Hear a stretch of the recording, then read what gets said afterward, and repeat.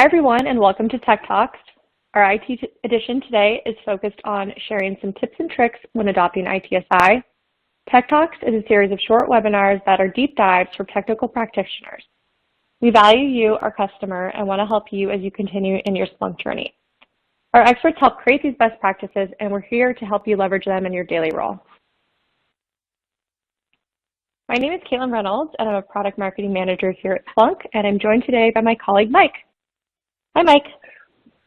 Hi, Caitlin. Thank you. And thanks for inviting me to present today. Hello, everyone. My name is Mike Bradbeer, and I'm a consulting solution engineer within Splunk's public sector team here in the UK. I've been with Splunk now almost 4 years, and prior to that, various IT consultancy and professional services roles. So I guess you could say I've been working in and around IT ops teams probably for more years than I care to mention. So today I'm going to share some tips around getting started with Splunk IT Service Intelligence, or ITSI, which builds upon our Tech Talk series so far. And in today's agenda, I'll cover a quick recap on where your journey should start. And then I'll share some tips for success, followed by a demo walkthrough of getting your first set of services configured and up and running. So as we discussed in our previous ITSI Tech Talks, the journey starts with choosing a service on which to focus, to model, and to instrument. And you'll then kick off a service decomposition workshop to identify those areas of the service that should be monitored and how. Then next, once the data is onboarded into Splunk, we're ready to start configuring ITSI. And here, you'll want to adopt, a sort of configuration as code mindset and make sure that you configure it in a way that's repeatable and scalable.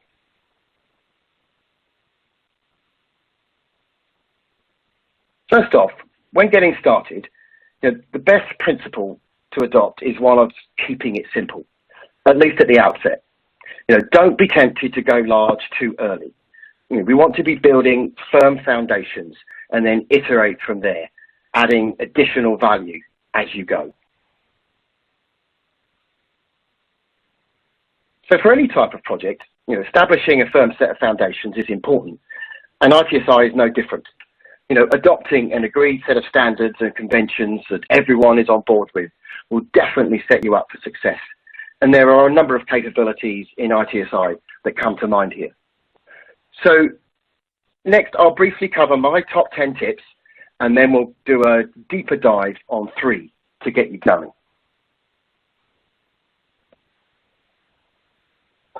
Okay, let's get into my top 10 tips and tricks. First up, naming conventions. Be that for service names, KPI names, or all the content that you create. A clear naming convention is important. These names are used everywhere, from filtering to grouping, so you'll be wanting to enforce this tip. Next up is KPIs. My tip here is choose wisely. The phrase less is more should be your mantra, and we'll look at these more closely in a bit. KPI-based searches. Perhaps the most important tip for you to take away. A base search lets you share a single search definition across multiple KPIs and therefore achieves better search performance overall. So always strive to use them over ad hoc KPIs. KPI scheduling. Be kind and be reasonable.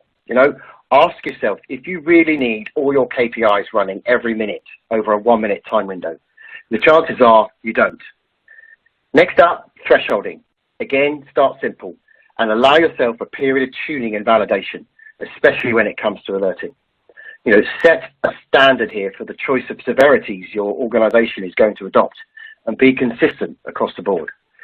Don't threshold every KPI. Choose wisely. And when you're introducing machine learning with the adaptive thresholding capability, just use it appropriately and note that not every KPI will lend itself to ML. Again, set some standards by creating templates for the thresholding and the time policy features. For my number 6, we're talking content packs. Pre-packaged content for you to leverage and get you started. We have over a dozen packs today covering focus areas such as VMware and Citrix monitoring through to example glass tables and alerting templates. And one that's in beta right now is for SAP Insights. And I'm really excited about that one. When it comes to glass tables, be creative, and do be indulgent with your designs. But always keep your audience in mind when creating them. Again, less is more. For the general layout, my tip here is to create this outside of ITSI, actually, using something like PowerPoint, and then import that image file as the glass table background and build on from there. Ask your design friends for tips too. Perhaps you've got a digital marketing team within your organization. Oh, and do use the drill down feature to link to other glass tables, even other ITSI views or even external portals, perhaps. My next tip relates to event analytics and notable events. The goal here is to reduce your alert noise and add intelligence to your event management function.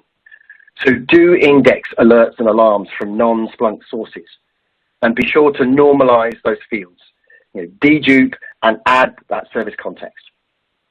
Entities, plan on how you intend to populate the master list and how you plan to maintain it.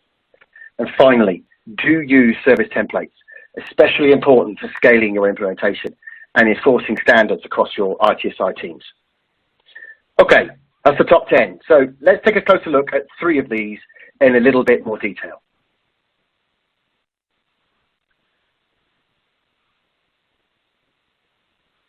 As I mentioned earlier, when it comes to KPIs, you want to resist the urge and end up creating too many.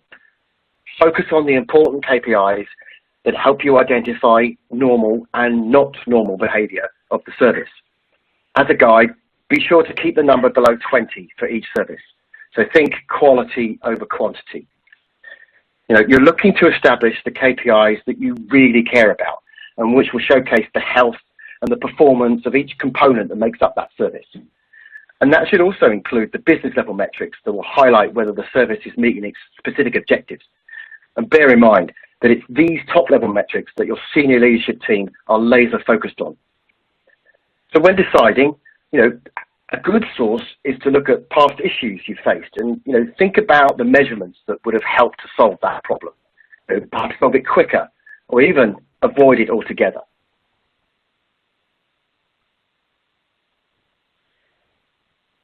One of the first things you'll be creating in ITSI is the entities that support your service. These are typically the hosts and the servers that run the technical services, right? But they can also be as diverse as cloud resources, network devices, or even logical organizational constructs. So when thinking about creating and maintaining a master list of entities, plan accordingly. So yeah, we can create them manually or via a CSV feed, but I'd recommend using a Splunk search, which can be repeated and can scale. It may be that you have the raw data already indexed in Splunk, or perhaps you're planning to index the CMDB data via a Splunk add-on. Whichever way you choose, you should set some standards for enriching that information with perhaps additional context, additional information fields. And when it comes to using the entities, you want to embrace the entity rules within your service definitions. And I'll walk you through this in detail during the demo.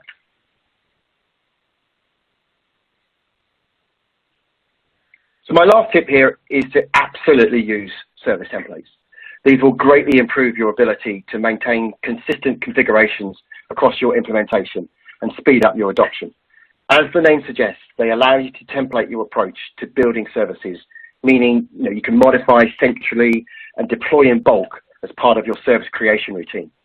I'll be making extensive use of these in my demo just now. Oh, and one last thing. Template KPIs can only use a base search, not ad hoc, but that's a good thing. And templates allow entity values to be defined in the linked services themselves rather than on the template. Again, that's a good thing. So we've reached demo time.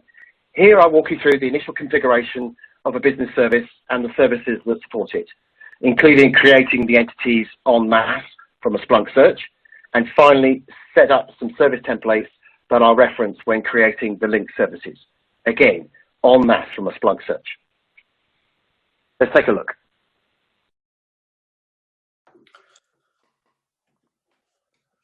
Okay, so before we jump in to creating our entities and our services, just thought a quick review of the output from the service decomposition workshop, where we looked at the service in question, here the MIS service, which is made up of a number of technical services, including some web servers, some middleware application servers, and some database services.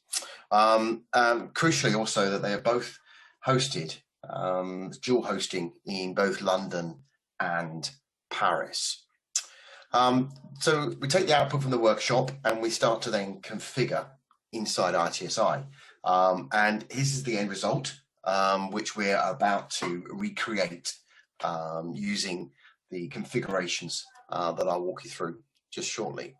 So we can see the MIS service, it's broken down into two regional hosting areas, Paris and London region, with the services underneath that. We can take a look at the web service, for instance, hosted in London, and we can see we've got some KPIs that we've defined for the monitoring the web service, and we can see some entities, the nodes, the web servers themselves that make up that particular service, and we can see we've got 3 of those. And if we take a look at the database service, for instance, again we've got some KPIs that we've defined here. And we can do an entity check here and just check that we've got 5 nodes, 5 database nodes within that database cluster, for instance. Okay, welcome back. Just took a quick pause there while I cleared down all the configurations that we created. So that's the entities, the services, ready for reloading. And I'm doing this at scale ultimately, so you could do this individually, but again, I want to make sure that I can do this repeatably using templates, using standards, and making sure that I can do this as and when I need to, so I can tear it down, recreate it whenever I need to. Okay, so as we can see, we've got a blank service analyzer here. First of all, what we're going to do is create all the entities in our master entity list. And we'll do that from a search. So first of all, we go to the configuration menu and to the entities tab. And we've got some entities here already, none related to this particular service. And we go and create. So we could create them one by one. We could create them from a CSV import, perhaps from an external system like a CMDB, for instance, or we could do it from the search of the indexed data that's already in Splunk. I'm going to import from search again, because I want to do this on a repeated basis. Maybe do this on a recurring search, scheduled search. At the moment, I've just got this configured as a lookup, but as I say, you could be pulling that back from the raw data, converting that into a scheduled search, into create a lookup, make it nice and easy for us. So I'm going to do TT3 input lookup into 3 entities over the last 60 minutes. Here I see I've got a table now of my entities. So I've got host names, the fully qualified domain name, the data center in which they reside, and the service that they support. So think of these as fields that I'm tagging the entity information. So I'm happy with that list and click next. Here we have to align the columns from the table in our search to the entity columns within the ITSI objects. So host name, I'm going to call that the entity title. That will be the required field there. FQDN, again, long name there, maybe use that as an alias field. And then tagging, so I'm going to tag this entity with a service name, and I'm going to use what's called an entity information field. Think of it as a tag almost. And data center, again, entity information field. Have a look at that, preview what's going to be loaded in. So I can see entity title will be the short name.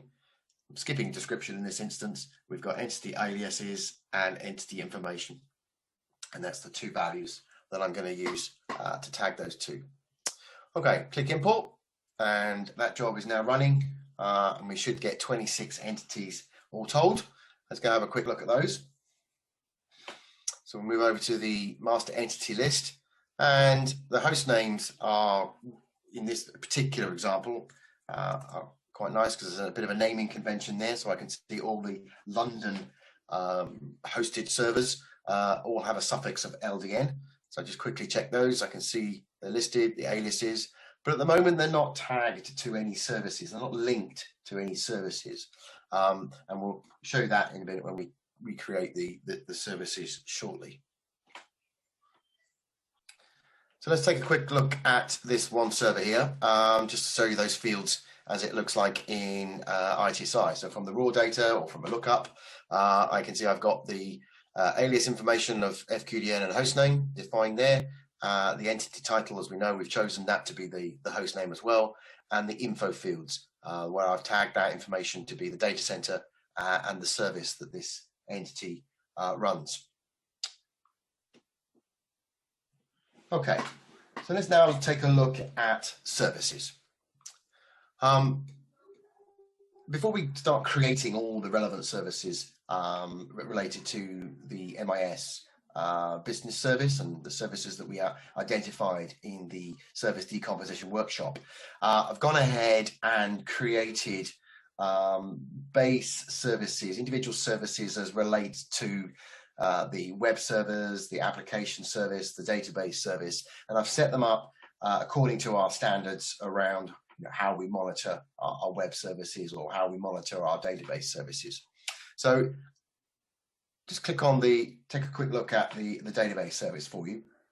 We can see here that I've defined a set of KPIs, typical one there, maybe the database query response time, maybe the number of active connections, as typical KPIs that we would want to monitor for this particular service.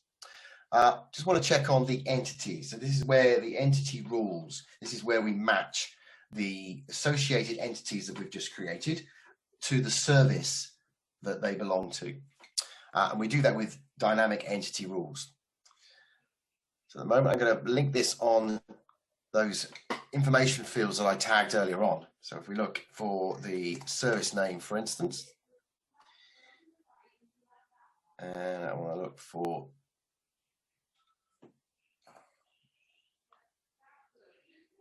get rid of that, for instance. I'm just going to leave this blank at the moment because I just want to put a raw number in there for now, and we'll come back to it in a moment. So set all these up. Let's have a quick look at these services, for instance.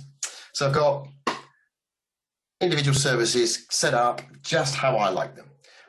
You'll notice here that I've also created some service templates. So that's the base template that I want all my other services, whether they're in London, whether they're in Paris, or whether I have additional services that also have a database component to it or a web service component to it. So the benefit of creating those templates is that they are now repeatable. I can reference those as I create the individual services, and they inherit all the definitions from those templates. So let's just go through and create that last template, which will be the database template. So go into the service template menu. You can see I've got an application server template, the web server template, for instance, here. So again, this is just a manual operation here at the moment. So just create the service, and I'm going to base that on the template that I've already created there called dbtemp. And I'm going to call this db_template. So I'm pretty happy with that. Click create. And now I just need to go and update the entity rules, as I said earlier on. So I'm going to go info, make sure the service name matches, and I'm going to be making sure that the data center also matches. And when I set up a template, I don't want to set and hard code any rules in here in terms of values. So what I want to happen is when I create the Paris service or the London service or the Stuttgart service, for instance, if we expanded our hosting capability, I want to make sure that when I create those services, the value that I pass in at that time gets stamped on the service as it inherits the rule from the template, if that makes sense. So I'm going to choose matches a value to be defined in the service creation process. Set that for both. Click save. At the moment, I don't have any child services that have been created from this template, but if I did, any changes I make to the template would be propagated out to the services that were created from it. So if you can imagine, if I might have one database template and maybe I've got 10, 20, 30 different services related to database monitoring, I ultimately would want to be able to update that once and have that propagated out because the template is linked to those individual services. Click Save on that.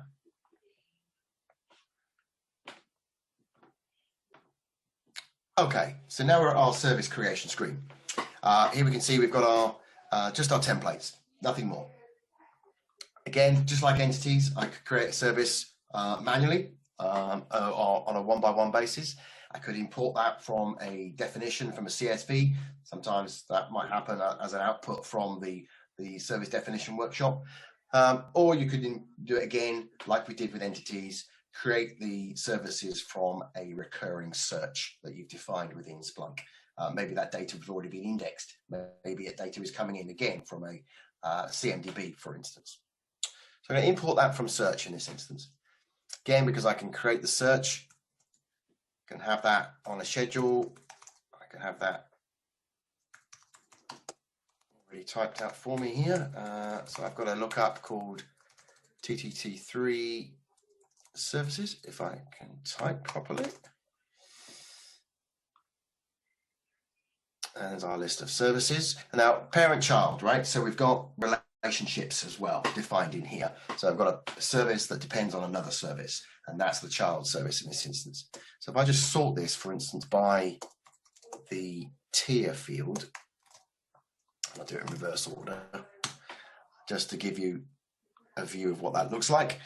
So we can see from the bottom up, for instance, we've got the database service, we've got the application services that depend on the database service, and all the way up the tree here. And we're linking them to references in that search to the template I want to inherit. Happy with that? Click on Next. Here again, just like entities, we need to align and import the fields from our search and link it to the fields within the service creation object within ITSI. So the service name obviously will be the service title in this instance, and the child service field, we're going to set that as a dependent service of the parent service.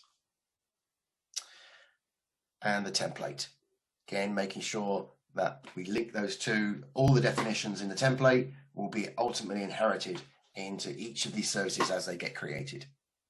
Don't need DC or the tier, so I'm not going to import those at this point, but I get a quick preview at the bottom. Also get a little service dependency tree that I could go and look at. Click on Next in the wizard. And at this point, I need to define the rules. This is where we complete the entity rule that matches to that service and fill out that value, whether it's the data center or the service name.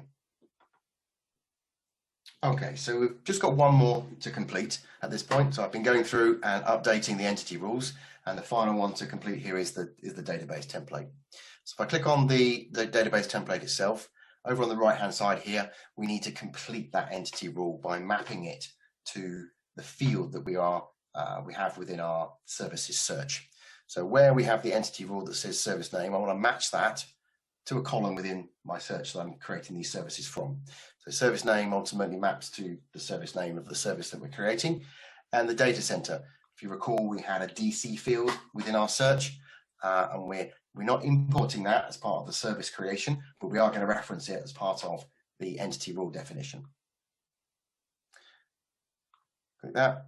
All of the 5 templates, entity rules are now complete. We can click on Import. So now that import job has completed, again, just like entities, we could set up as a recurring import. So we'll use that search and those rules that we've just defined, and we can schedule that to run periodically. 13 services got created. So we can go click on, look at all of those services now. And we'll pick one just to delve into a little bit. So we can see we've now got all the naming conventions that we've defined. So everything is prefixed MIS, type of service, and its physical location. So let's pick the database service, for instance. It's linked to our database template. We delve into that just to check everything's been created as we'd expect. And there are the KPI definitions that we inherited from the template. And we can see that it's inheritance because of the padlock. That means it's locked to the template. Likewise, entities, we can see that the entity rule has now been populated based on that import process that we just did and dynamically linked to the entities that have been tagged with that entity information field that matches that particular rule. So we see the database nodes from Paris, and if I was just to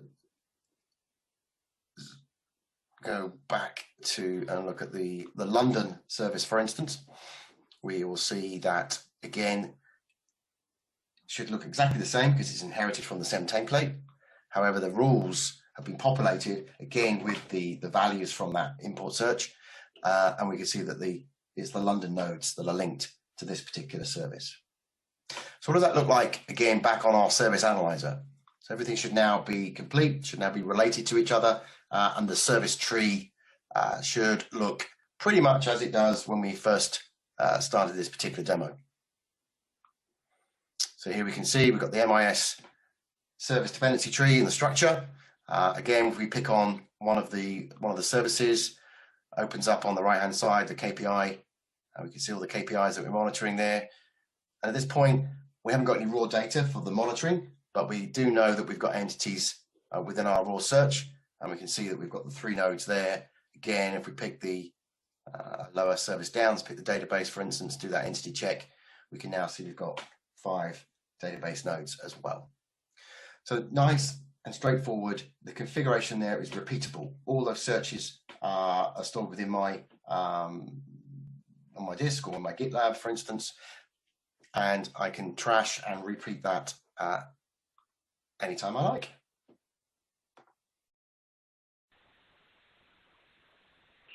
Okay, so just to wrap up on what we've just covered, I wanted to leave you with these 4 ITSI related blog posts. I highly recommend you seek these out. So hopefully you found all that useful, and I'll hand it back to you, Caitlin.